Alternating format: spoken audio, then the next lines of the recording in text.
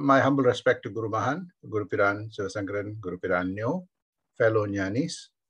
Today I'm going to cover, finish off the different schools of thought that are that Mahan covered in the I God book, and I covered in the previous, satsangs, Dvaitam, Advaitam, and now I want to speak about atheism, theism, and agnostic belief systems. One would ask the question, why do we need to know all these things? When you take a universal lens, it is good to know that when we read all the, books, scriptures, various other sources, one needs to understand where the author is coming from. Many of them have different schools of thoughts, different philosophies, different understanding. One needs to see what the rationale for these, discussions and conceptual framework and, propositions and hypotheses and the various postulation that these various authors make. And it's always good to know what are the leanings towards, so that you have a full, complete, wholesome understanding of these different schools of thoughts. And then based on your own experience, based on your own research, based on your own, putting to practice, one needs to develop your own school of thought and understanding and philosophy of life. So I'm going to talk about, if you see Mahan's book, he does not just talk about Advaitic teaching or his teachings.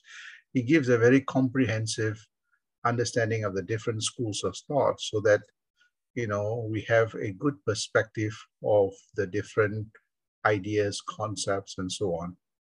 This confluence of knowledge of these different schools of thought gives us a confluence of ideas, confluence of knowledge. That's what makes us more and more universal. We take the best from everything. And when we take the best from everything and we cross-pollinate the different concepts and ideas, we see that we are able to, put it to practice. We're able to, apply it in different contexts. And more importantly, as we research intensively through introspection, contemplation, reflection, meditation, we are able to see the common features and the differences in different schools of thought. And more importantly, the general theorem or the general concept, becomes more and more clearer. So in this, I want to cover three important schools of thought. And then I will put the position of where is Mahan in this school of thoughts? Which school of thought does he, take to?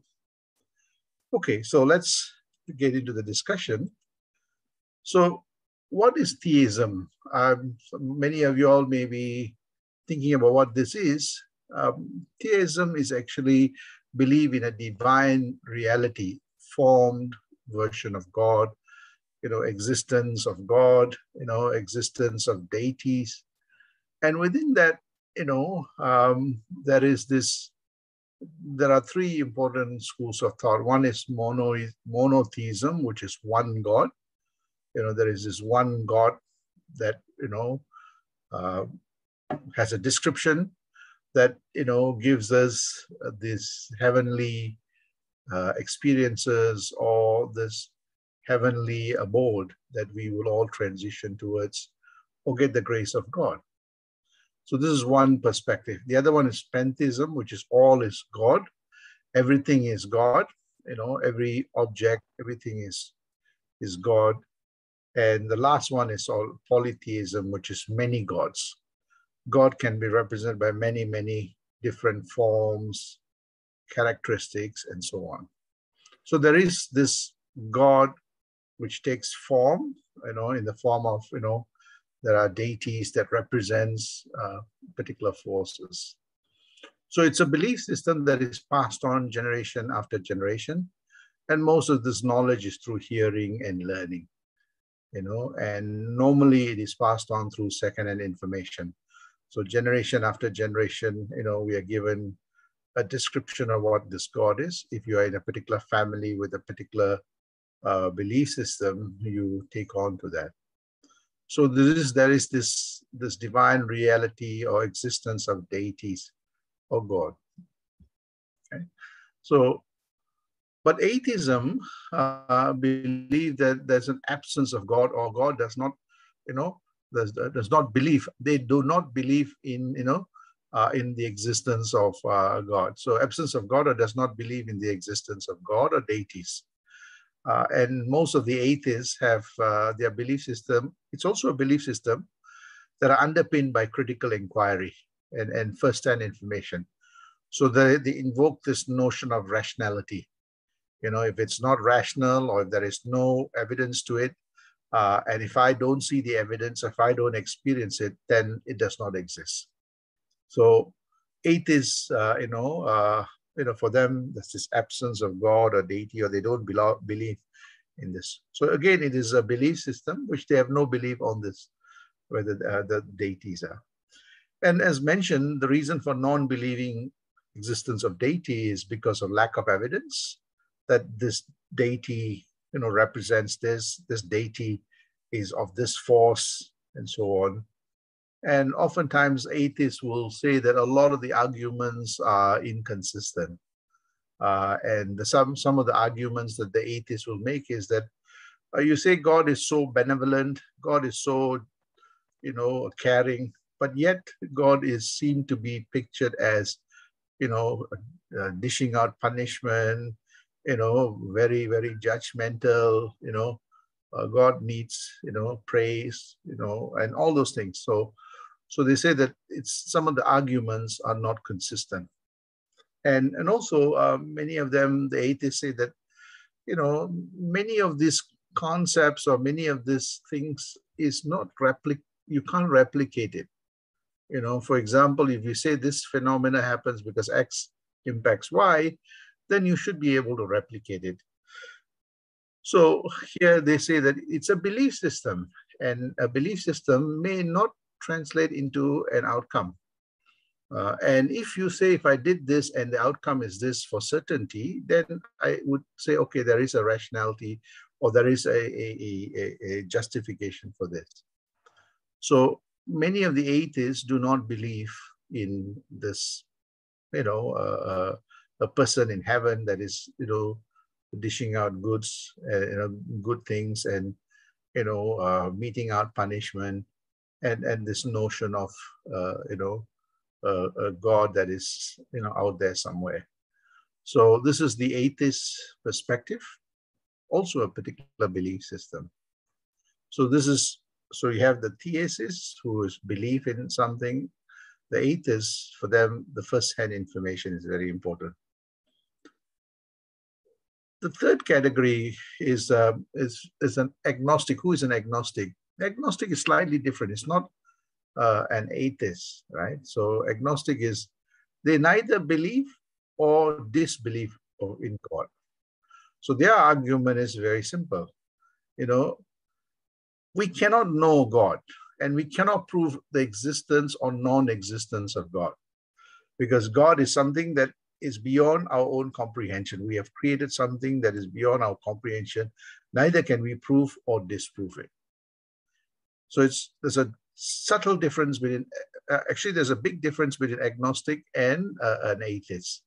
Agnostic believe that we as Homo sapiens are unable to prove or disprove the existence of God. So again, this is an important, so you'll see in some of the writings by agnostic, you'll see this line of thought coming in. So most of them say, look, what I believe is that what I experience today, the things that, I can prove that it works for me. And most of them are nature-centric. Most of them, so we see that, many of them, do not,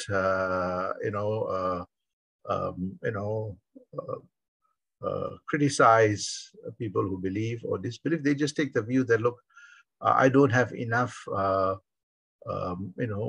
evidence to prove or disprove the existence of God. So again, you'll see that some of the writings of people like this emerges that. So the question then is that we have the Dvaita, which is very strong in belief, and you've got to get the grace of God to attain that higher order, the bhakti leads to jnana and a higher stage of evolution that you get the grace of God. Advaita is, we are all one. Then we see that, theist is actually about the belief of that God, deities, and there is this, higher force that can be represented by deities. Atheists do not believe this, and agnostics say that we don't have the capability nor the capacity to know the existence or non-existence of God. So where does Mahan stand in this? What is Mahan's perspective? And there was a question that was posed. Somebody asked, Swamiji, are you an atheist or a theist? So this is where he says, look, what theism and atheism are ultimately going to reach at is also my final goal. Both are trying to describe what the truth is. One uses secondary information, borrowed ideas, about what God is. Another one would not make that call until there is a rational, argument or justification. So the theists, as their belief, they have a belief system, and as they become more and more enlightened, that can be changed. That's what Swamiji says. But the atheists cannot be made to accept anything which is irrational. So for them, only rationality will essentially convince them. So here you have two schools of thought. One is belief system, sometimes borrowed ideas. And if that secondary information remains dogmatic, their belief system becomes dogmatic. If the secondary information, moves towards vichara, move towards convergence, move towards the universal, you can change them to become more and more universal.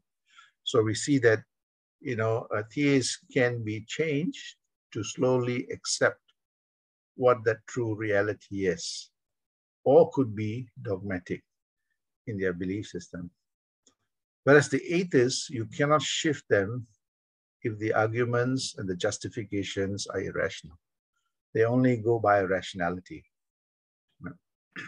So if the arguments are rational, they are willing to listen and accept. So Mahan, you see that my final goal is both. So if you see here, the belief system so he has this idea of a belief system, but he also invokes rationality, right? So, and how do we reconcile the two? And this is the part that if you understand this convergence, you see that the true leaning of Mahan. So Mahan's perspective is quite interesting. He takes the view that, yes, bhakti is very important to attain that discipline, but the bhakti ultimately leads to a belief system from external to internal, which is the self-realization. That magnificent God that we are observing, everything outside, is a manifestation of a universal, primordial, force or substratum that is beyond our biology.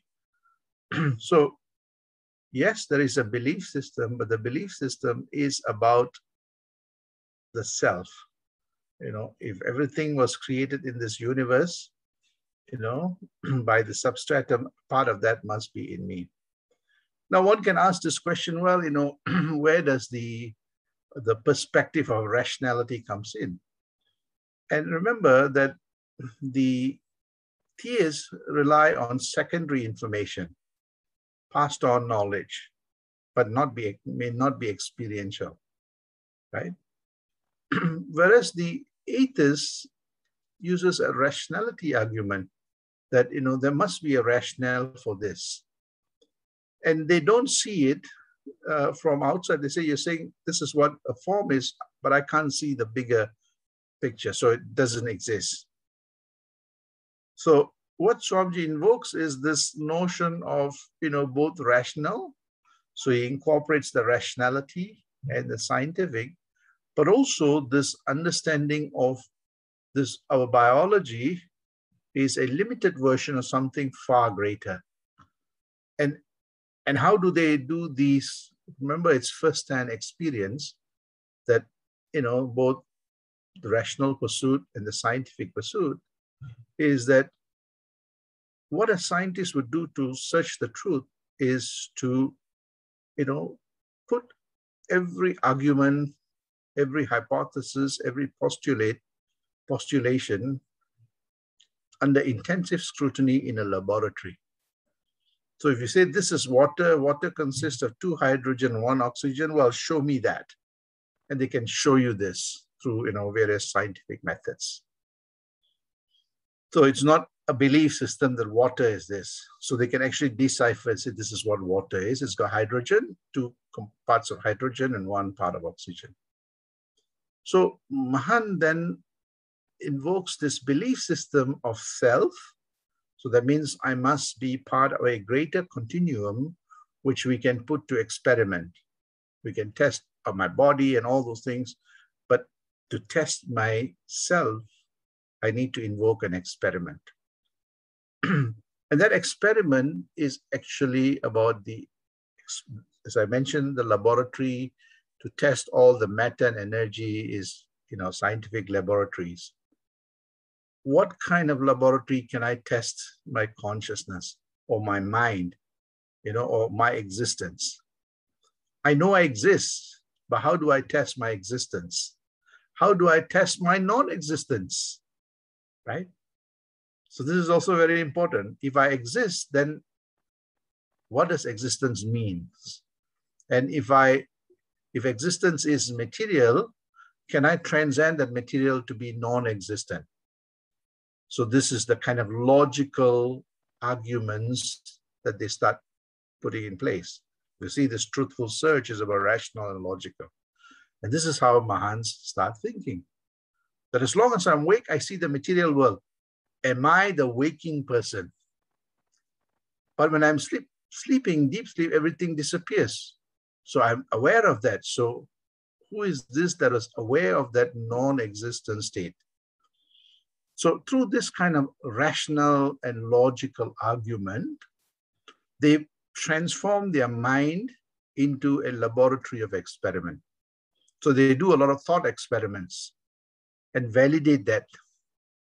So we see that Mahan uses these ideas of belief, but the belief is understanding the material world very well, understanding our biology is made of the material world, but there is something that powers that biology.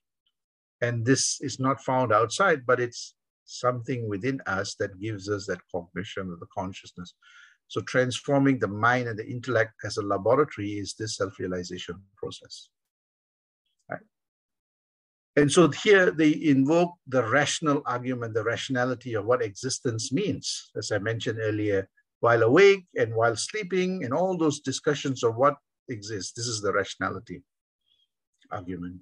And they put it to experiment. So there are experiential knowledge that they put in. So while awake, I'm aware of my material world. While I'm asleep, deep sleep, I'm not, aware of my material world. I go into this absolute silence. We don't know what that is, but we know we are there. So they invoke this experiment called meditation. So yoga and meditation is that experiment to show how the mind slowly retreats from this material world. And there comes a period of a very thin line between the material world and the absence of the material world. So this experiment is done through this meditational process. And this is how they realize that there exists something far beyond our biology. So this is the self-realization process. So the objective of both the theists and atheists is to understand reality in the most truthful form using rationality and logic. Right? So we see that, Mahan brings the combination of both. That is why he says, stay in your own religion and attain mukti, because within religion, there are various experimental approaches, thought experiments are put in place in many of the scriptures. Unfortunately, most people are only looking at the rituals. There are the vichara component that if you look at every scriptures in every religion has that in. Many people don't take to it. So these are to help the mind and the intellect to become the laboratory of experimentation, right? So that gives us that experiential wisdom knowledge. And anyone that takes to that vichara part will realize that the convergence of the bhakti pursuit and that spiritual self pursuit anchored on both scientific evidence and also this logic. Where does the scientific evidence come from? The scientific evidence comes, I spoke about logic. The scientific evidence comes from when the mind goes deep down and understands this power of how thought is generated, how thought is experienced. The mind then is able to, sift out what are the thoughts that makes it happy and expanded, and the thoughts that makes it depressed and down and shrunken. It's able to now use its intellect, its buddhi, to be able to, go through this viveka, discrimination between what is real and unreal, vairagya, being dispassionate, dissolving things that are not relevant, like the Hamsa, like the, Hamsa ultimately converging to become the Paramahamsa. What is the scientific evidence? When you continuously refine and reform the mind, the brain becomes more healthy. How does the brain become more healthy? The neural pathways become more deeper and more wider, and there is clearly the mind becomes more stronger with a stronger brain and its neural capacity. The flow of information becomes more seamlessly integrated, more deeper. You can store more information and memory in your memory bank, and you're able to retrieve it like a well-resourced, well-efficient library that when you want something, immediately that information appears. And similarly, when you're not doing anything, new knowledge that combines all the different knowledge that gives you a confluence of new knowledge and creativity. And you can actually feel it. Your brain becomes more healthier, your body becomes more healthier, your mind becomes more sharper, you become more, happier, and you can see that evidence of yourself, how positive, how powerful your mind becomes, and you'll see later on when I cover more of Swamiji's teachings, he shows this. So this logical reasoning, rational reasoning enhance the power of the brain to support a powerful mind. But where does it all start from? It starts from that bhakti of discipline that enables us to go within ourselves through the self-realization process, this belief system of the self-realization that within us, that within through the silence and the expansion, the liberation and finality realization, through the rational approach and through the experience. You experience it, when one practices this, you actually feel so creative, you feel so innovative. What would take people, what used to take me about 8 hours takes me 8 minutes to get it done, right? What would take an article to read for 2 hours will take me 7 minutes or maybe less, right? So the mind becomes so efficient. The mind becomes more positive and inspirational. The mind is able to, adhere and take on any challenges, use it as a combustion for its enlightenment and, enrichment. And this is what Swamiji shows through this combination of that belief system with that rational pursuit and the scientific approach. through the self-realization, that convergence, that everything starts with me. I am the core to existence. Now, through this understanding the different schools of thought, then one comes to this very interesting summary that I try to bring together. So all the schools of thought brings us to two important sets. The first one is there is belief systems, right? A lot of our belief systems are anchored on secondary information. It's passed on, okay, you should believe this, you should do this rituals, you should do that, all this, and nobody asks any question why we're doing this. Everybody said, no, do it. If we ask the elders, they said, no, don't ask questions, just do it, right? Although there are books there, but nobody takes the time and trouble to read it, right? So you have one, which is the belief system. Okay? And within the belief system, there's so much knowledge, right? And then you have a second school of thought that's the search for truth. As I mentioned, scientists and rationalists belong in this school of thought. But the intersection between the two is really important. So people like Mahan are somewhere in the two. So what they do is that they realize that there are some interesting, knowledge within what has been talked about. Like, for example, Kundalini has been talked about for thousands of years, right? And what he did was that he took that knowledge, and started searching that inner truth. Obviously, he did not know about Kundalini before, but the search of truth led him to this, concept of Kundalini, that inner force, which is in many of the scriptures. So he started rationalizing what this vibration is. He started thinking about it very, very carefully.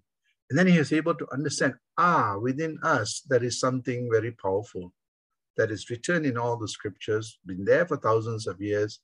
It's not been revealed to everybody. Only the selected people know this. So one school is belief. The other one is the search for truth, through rationality, scientific knowledge, experiential. It's the first-hand experience. As I said, transforming the mind and the intellect through yoga, through meditation, through deep introspection, reflection, right? So you have these two schools of thought. And these great masters brought the two together, and that knowledge is quite wide, but some of them were able to articulate it, a subset of that. So in this context, Mahan was able to bring that inner force called Kundalini, which is written in the scriptures, through his own experience and experimentation to articulate that wisdom, knowledge. And that wisdom, knowledge is called the I-God philosophy. Right?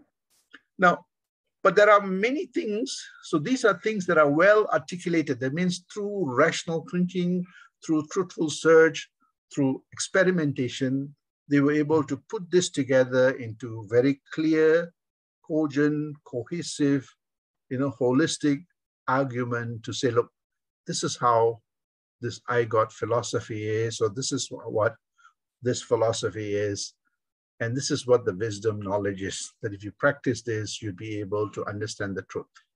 So meditation itself is a kind of a belief system that I've got to sit down and meditate and introspect.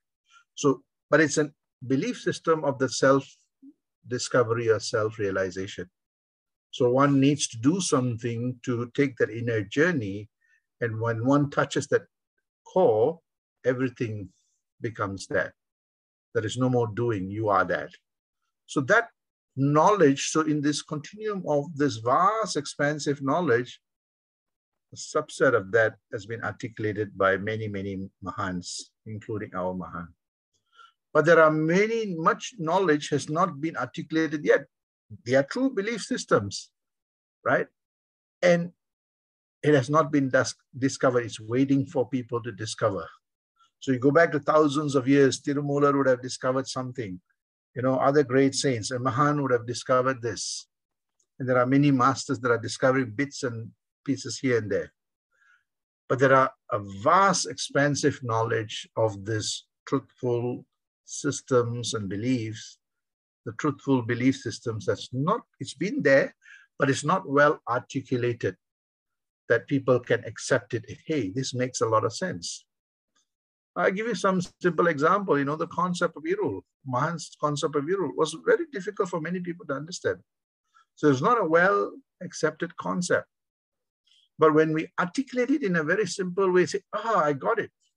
I understand it. I know what it is. I can put it to practice, you know, and so on. So it is about, you know, acquiring the truth and that belief that, hey, there is a rational justification for this, and bringing the two together. When you do that, when you bring that two together, you get a good recipe now to put it to practice and see the difference and make the, you know, have that, the transformative change. And this is what the grand masters do. That's why they are called the grand masters of Mahans, because they spend a lot of time thinking about it. They enhance their creativity and innovativeness to bring this different expansive ideas together in a very simple way so that people can adapt it. And that is why they are the pace setters, the Mahans.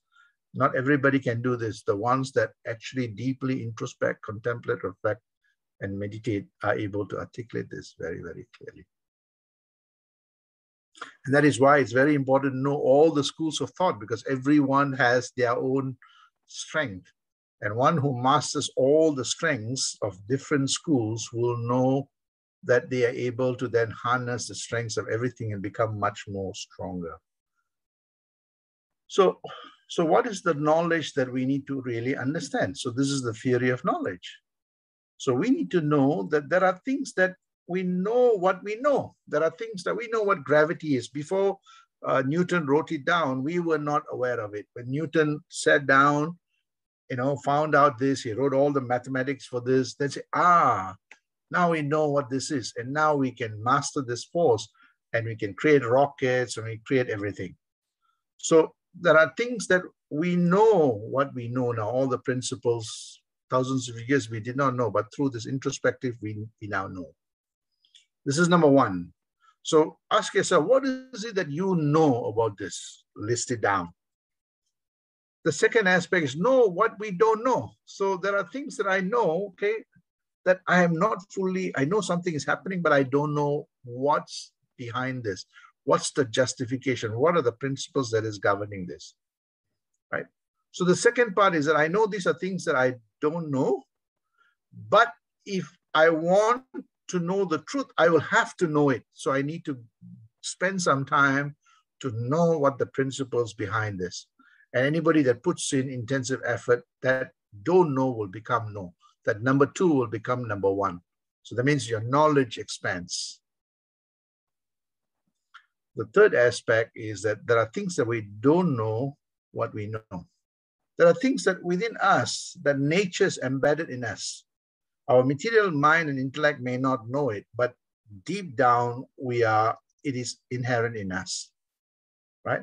So there are inherent talent, there are inherent, you know, things that nature has blessed us. But because we are focusing outside, because we are focusing on other people's business, because we are focusing on many different things, that we fail to know there are important treasures that nature has blessed us and, you know, anointed us with.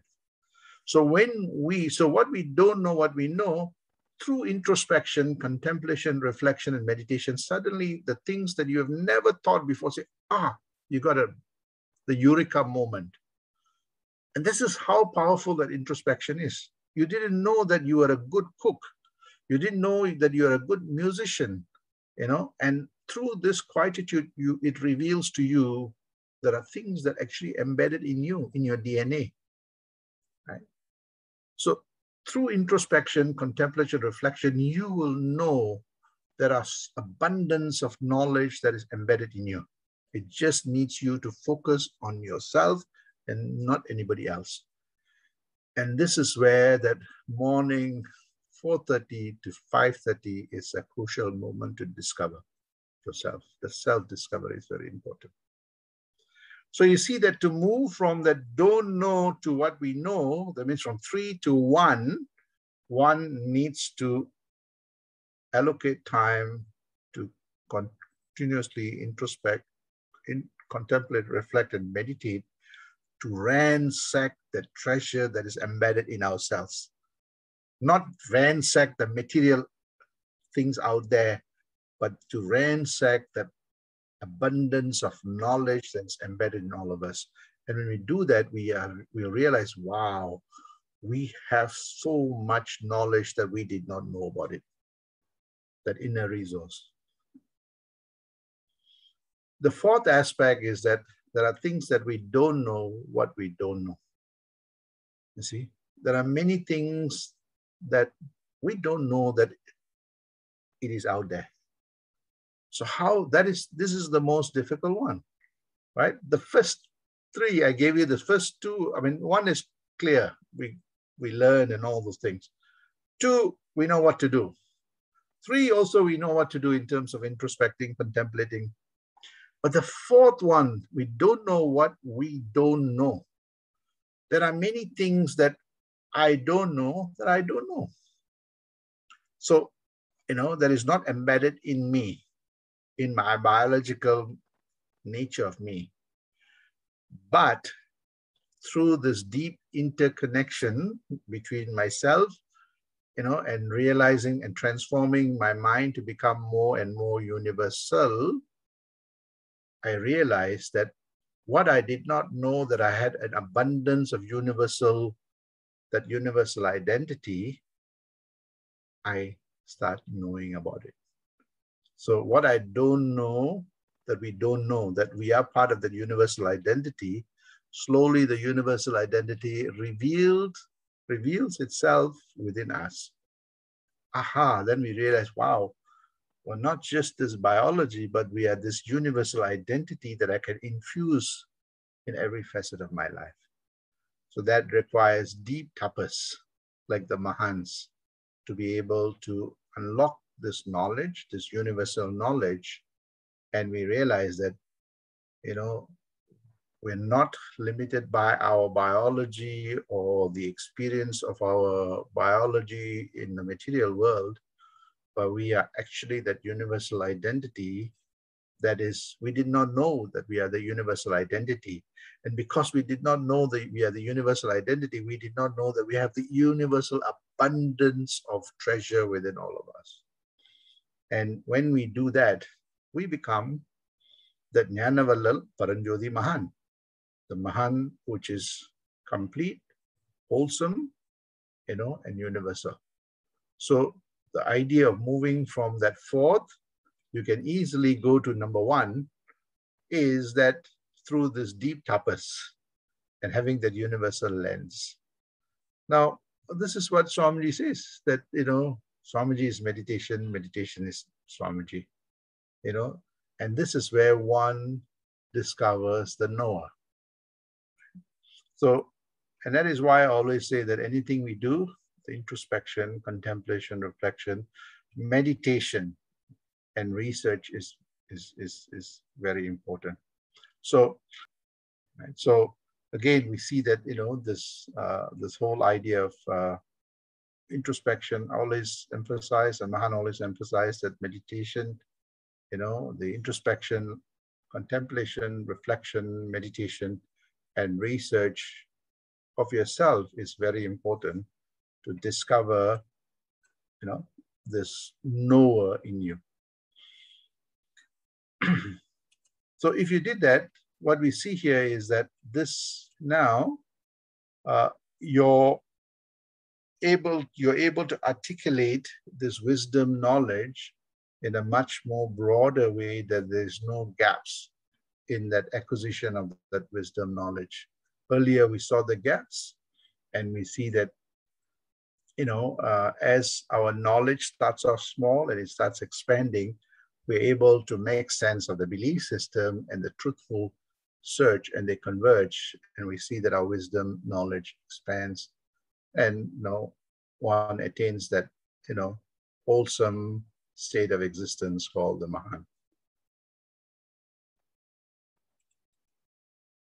With that, Sandosham, thank you very much. I hope that you had a good understanding of all the different schools of thought. and hope that you take some time to, introspect on the different schools of thought and knowledge so that you expand your own wisdom knowledge. Sandosham.